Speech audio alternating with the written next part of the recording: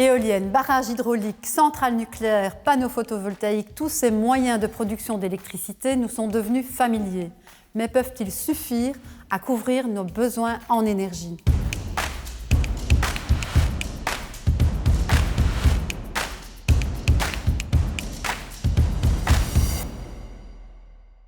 Osons analyser le défi de la transition énergétique et le défi de la relance économique, ainsi évidemment que de leurs enjeux, notamment leurs enjeux économiques.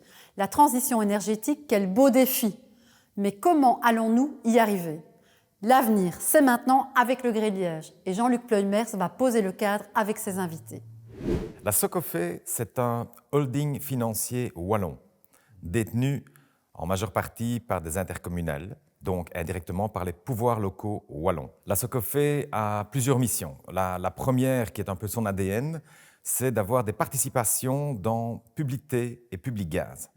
Publité et Publigaz sont également des holdings financiers qui ont des participations pour Publité en Elia et pour Publigaz en Fluxis. La région wallonne, dans sa DPR, dans sa déclaration de politique régionale, a placé de grandes ambitions en matière de transition environnementale, de transition énergétique, et elle veut, comme le demande d'ailleurs l'Union européenne, comme on peut le retrouver également dans la note de formation au gouvernement fédéral, arriver à décarboner, donc à supprimer les émissions de gaz à effet de serre d'ici 2050, avec une étape assez importante, je pense, à l'horizon 2030. En attendant, entre 2020 et 2050, il y a 30 ans, 30 années qui ne seront, à mon avis, pas faciles, parce qu'il y a cette transition à amorcer, notamment la fin du nucléaire.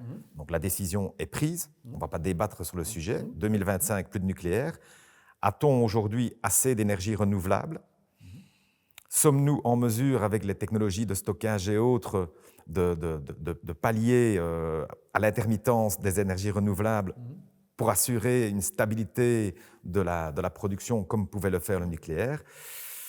Je pense qu'il y aura quelques années un peu plus compliquées et c'est pour ça qu'on lit et on entend que certains vont faire des investissements, notamment dans les centrales à gaz, pour stabiliser en attendant que le renouvelable et les technologies autour du renouvelable permettent de prendre le pas. Donc il y aura un petit creux peut-être à un moment. Les énergies renouvelables, par définition, dépendent du fait qu'il y ait du vent ou du soleil. Il se peut à un moment qu'il n'y ait pas de soleil, il n'y ait pas de vent, et donc qu'il n'y ait pas de production d'électricité à ce moment-là.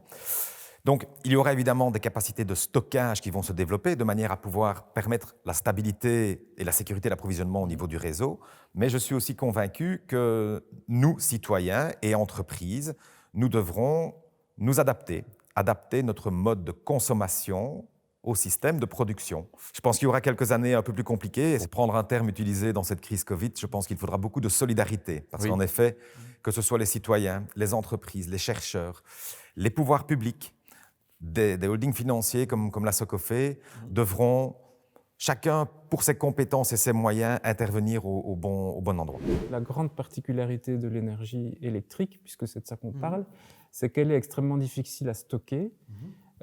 Au contraire du pétrole ou du charbon, qui étaient les sources d'énergie fossile, où l'énergie est emmagasinée dans ces sources-là et peut y rester tant qu'on les consomme.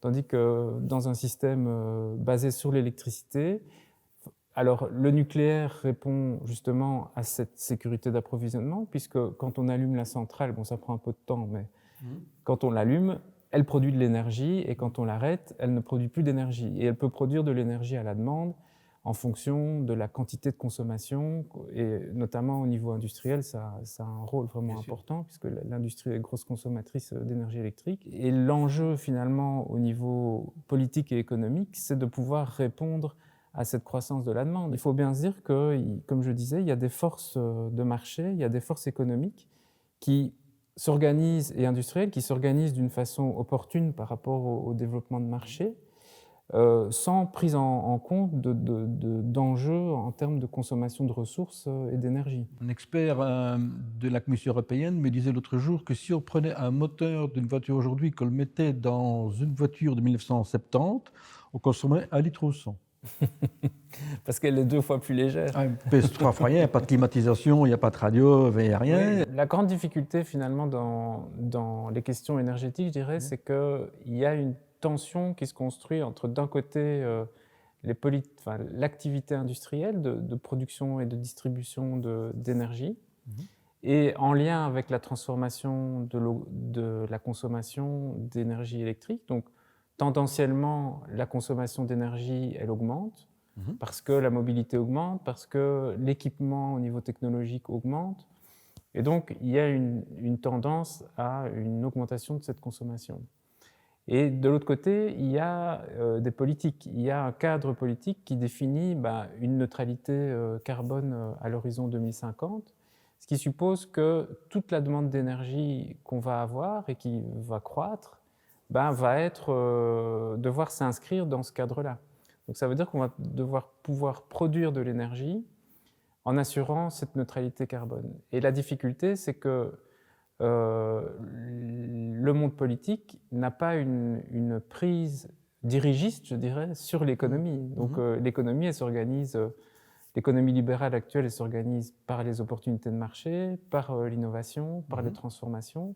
Il y a des guides qui sont organisés au niveau politique, mais les acteurs économiques restent libres d'entreprendre les développements qu'ils souhaitent en fonction des évolutions de la demande. Organiser l'avenir, ça suppose aussi une coordination forte entre les acteurs. Oui. Et je pense que les impératifs économiques liés aux logiques de marché, au profit, sont très difficilement compatibles avec des impératifs d'urgence climatique, et que la cohérence et la cohésion des deux, c'est un des grands défis des prochaines années. On s'aperçoit évidemment qu'il y a beaucoup de recherches qui sont faites au sein des universités, que beaucoup d'entreprises sont en train de développer des nouvelles technologies, les panneaux photovoltaïques, l'éolien, etc., etc. Il y a d'autres systèmes qui se mettent en place, qui réfléchissent aujourd'hui? De nouveau, dans le raisonnement que nous avons et que nous mettons en avant en matière de production électrique, c'est certainement pas d'opposer d'une part la production par les énergies renouvelables nécessaires et les progrès technologiques qui vont derrière, je vais y revenir, mais également toutes les questions d'économie, d'économie d'énergie et de limiter la consommation, pour lesquelles il y a autant de potentiel d'innovation. L'innovation concerne les deux composantes, elles sont complémentaires, il ne faut surtout pas les opposer. Un élément, je pense, qui moi, est absolument essentiel et qui est presque obsédant chez nous, c'est la notion d'adhésion, et notamment d'adhésion de la population. Je crois que nous sommes dans un monde où il est de plus en plus difficile d'aller chercher cette adhésion autour des projets, simplement parce qu'il y a beaucoup de mise en cause, il y a de la perte de confiance des citoyens. Et je pense que c'est pour nous, en tout cas, une priorité absolue, c'est d'aller chercher cette adhésion ou d'entendre finalement la voix du terrain par rapport à ces problématiques. Et quel est le défi de la transition énergétique? Revenons à notre question. Est-ce qu'on peut espérer qu'en 2030, on atteint les objectifs de l'Europe, moins 55% de l'émission de gaz à effet de serre, avec les moyens publics qui sont en cours, avec les moyens privés? Est-ce que cette chaîne est en train de se mettre en place? Alors, oui et non. En tout cas, il y a les annonces. Prenons ce côté-là positif, il y a une volonté affichée, annoncée, on a même des sommes qui sont sur la table. Et ça commence un peu. Concrètement, nous, ici en Wallonie, on a déposé avec nos collègues du CRM, avec des universitaires aussi, un projet pour justement travailler sur cette amélioration de l'efficacité des électrolyseurs. Donc on est en plein dedans. Maintenant, on a une pile de projets en cours. On a rentré des dossiers pour tout un tas de mécanismes qui sont proposés, que ce soit au niveau de l'Europe ou au niveau des pays et des régions. Ça tarde à se mettre en route, on attend, mais on va rester optimiste. Je crois qu'il va être compliqué d'y arriver dans les délais qui nous ont été impartis maintenant. Vous me parlez de 2030-2050. Fatalement, on aura beaucoup plus évolué dans la logique des énergies renouvelables, qui sont, quoi qu'il arrive, nécessaires et qu'il faut continuer à augmenter. Nous sommes les premiers à le dire. Par contre, il va falloir pouvoir combler le delta de production. On parle quand même de grosso modo de 60 à 70% qui seront trop peu produites. Il faudra le produire avec autre chose. Et là, il serait vraiment dommage, dans une logique climatique, de le faire avec un système qui émet davantage de CO2 que le système en place. On va les appeler par leur nom. Il serait dommage de remplacer par des centrales au gaz qui émettent aujourd'hui 40 fois plus de CO2 qu'une centrale nucléaire. pour pouvoir faire ce joint, ce pont entre les deux situations. Donc je crois que c'est vraiment important, surtout quand on a comme objectif principal le climat. Et le nucléaire, c'est également le nucléaire médical, c'est également la recherche et le développement, c'est énormément de choses. Donc si on prend tout l'ensemble du secteur nucléaire, c'est grosso modo 20 000 personnes.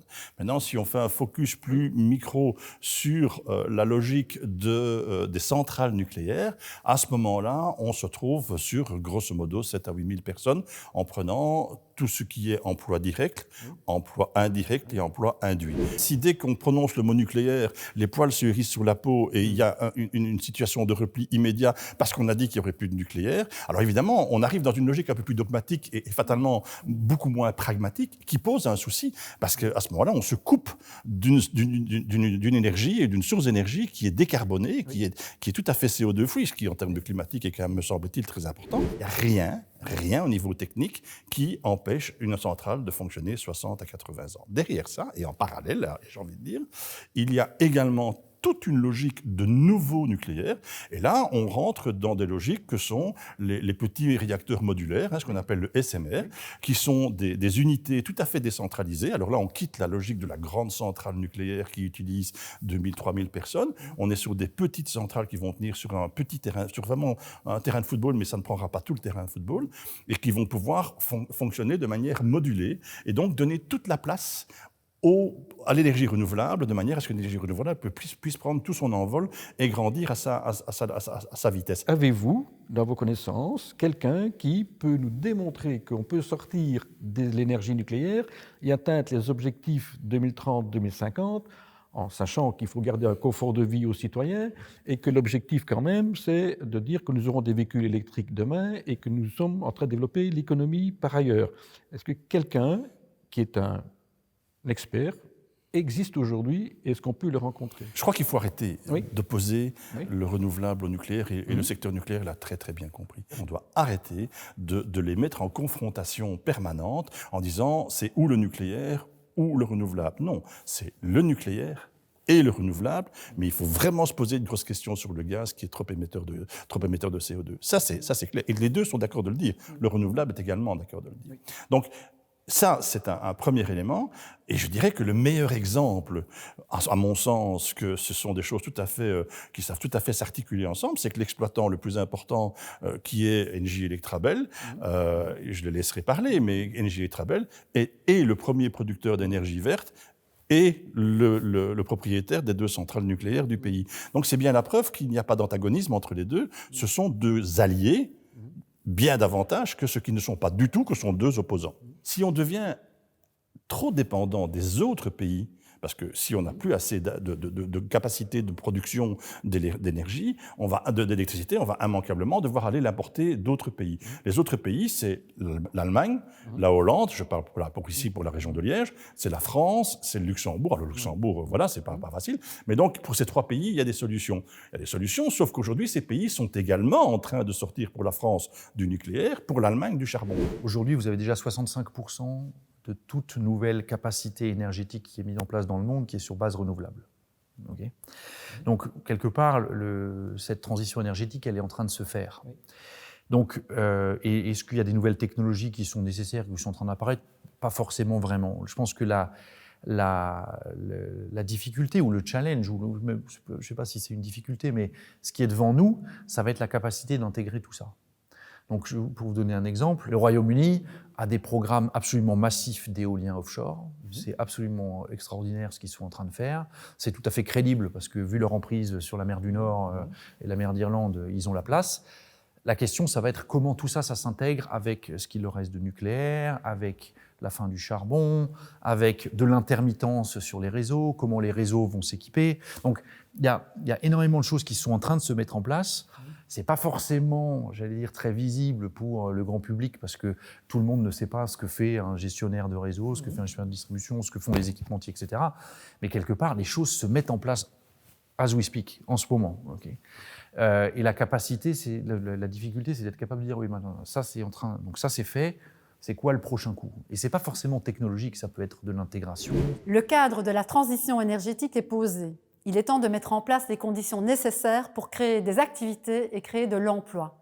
Rendez-vous sur la page YouTube du Gré Liège pour découvrir nos prochains épisodes.